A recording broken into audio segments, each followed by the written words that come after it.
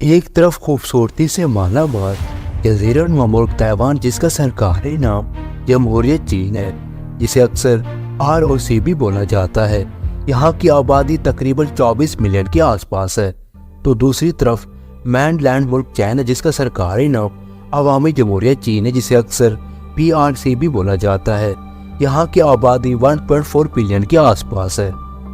خیال رہے اس ویڈیو کو سکپ نہ کریں، یہ ویڈیو معلومات سے بھری پڑی ہے۔ ہر ایک بات کو میں نے ڈیپلی سے ایکسپلور کیا ہے۔ تائیوان یعنی جمہوریت چین اور مین لینڈ ملک چائنا یعنی عوامی جمہوریت چین، ان دو ملکوں کے فاصلے ایک دوسرے سے 100 میل کی دوری پر ہے۔ اس وقت تائیوان ایک آزاد خود مختار ریاست کی حیثیت سے ایک آزاد ملک ہے جو دن بدن ترقی کر رہا ہے۔ یہ ملک اپنی قدرتی خوبصورتی سے مالا مال سمندر کے اندر ایک جزیرہ ہے۔ تائیوان الیکٹرونکس کا ایک بڑا پروڈیوسر ہے، سیمی کنڈکٹر، مائکرو چپ اور دنیا کی سب سے بڑی ٹیکنالوجیز کمپنیوں کا گھر ہے۔ اب بات کرتے ہیں مدعے کی۔ چائنا کہتا ہے کہ تائیوان ان کا صوبہ ہے جو ان سے علیحدہ ہو گیا تھا، لیکن اب اسے پانا چاہتا ہے، اسے اپنے ساتھ ملانا چاہتا ہے۔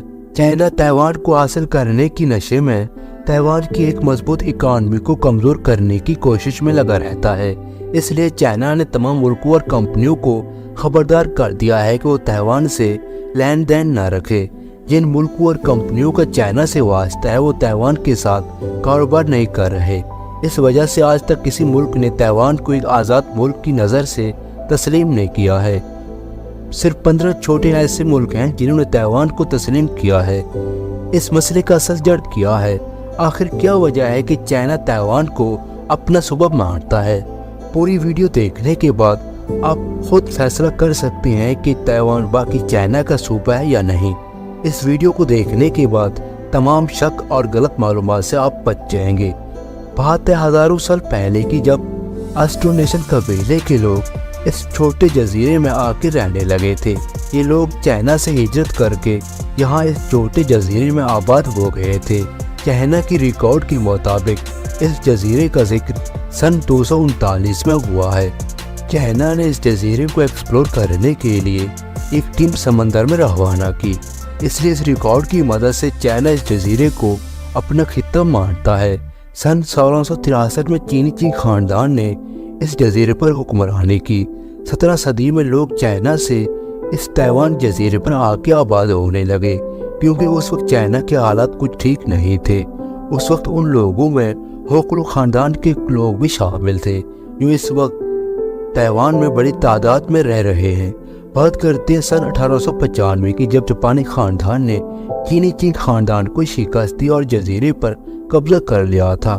کئی سالوں کے بعد دوسری جنگ عظیم میں امریکہ نے جاپان پر ایٹم بم گرا کر جاپان کو تباہ کر دیا تھا۔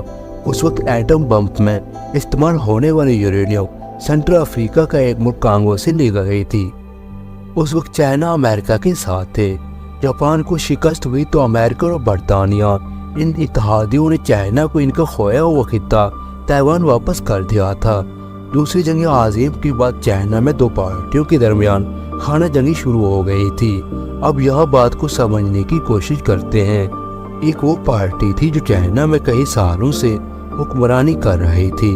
اس پارٹی کا نام KMT تھی، اس کی سربراہی چیانگ کئی شیک کر رہے تھے۔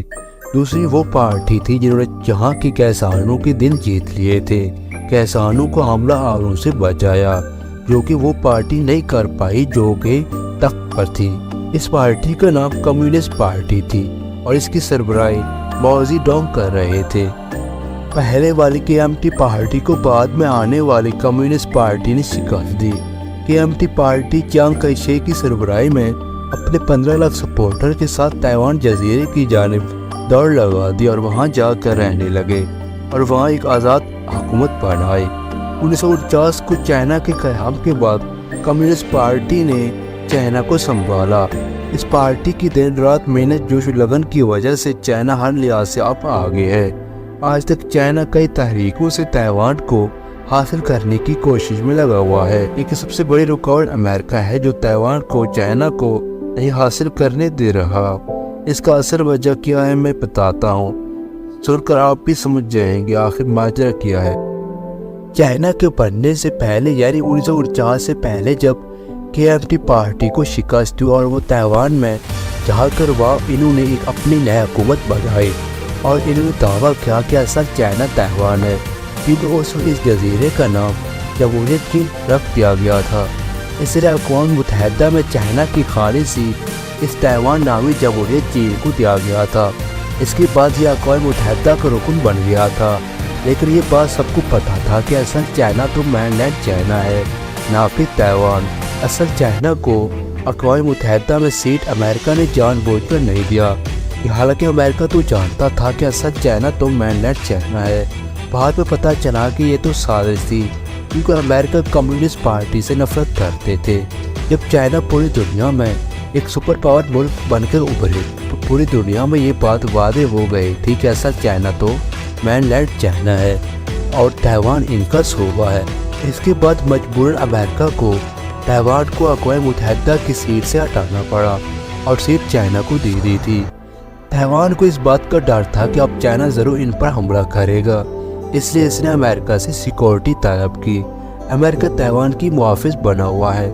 امریکہ کو تائیوان سے کیا کیا فائدہ ہو رہا ہے جاننے کی کوشش کرتے ہیں۔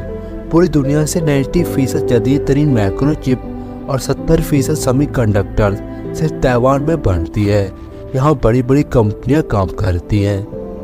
اب غور کرنے کی ضرورت ہے، اگر کسی بھی وجہ سے تائیوان کی پروڈکشن رک گئی، سیمی کنڈکٹر مائکرو چپ کی پروڈکشن اور سیل رک گئی، تو سمارٹ فون سے لے کر کمپیوٹر اور کاروں تک تقریباً ہر وہ پروڈکٹ جو ٹیکنالوجی سے چلتی ہے ان کی کمی ہو جائے گی۔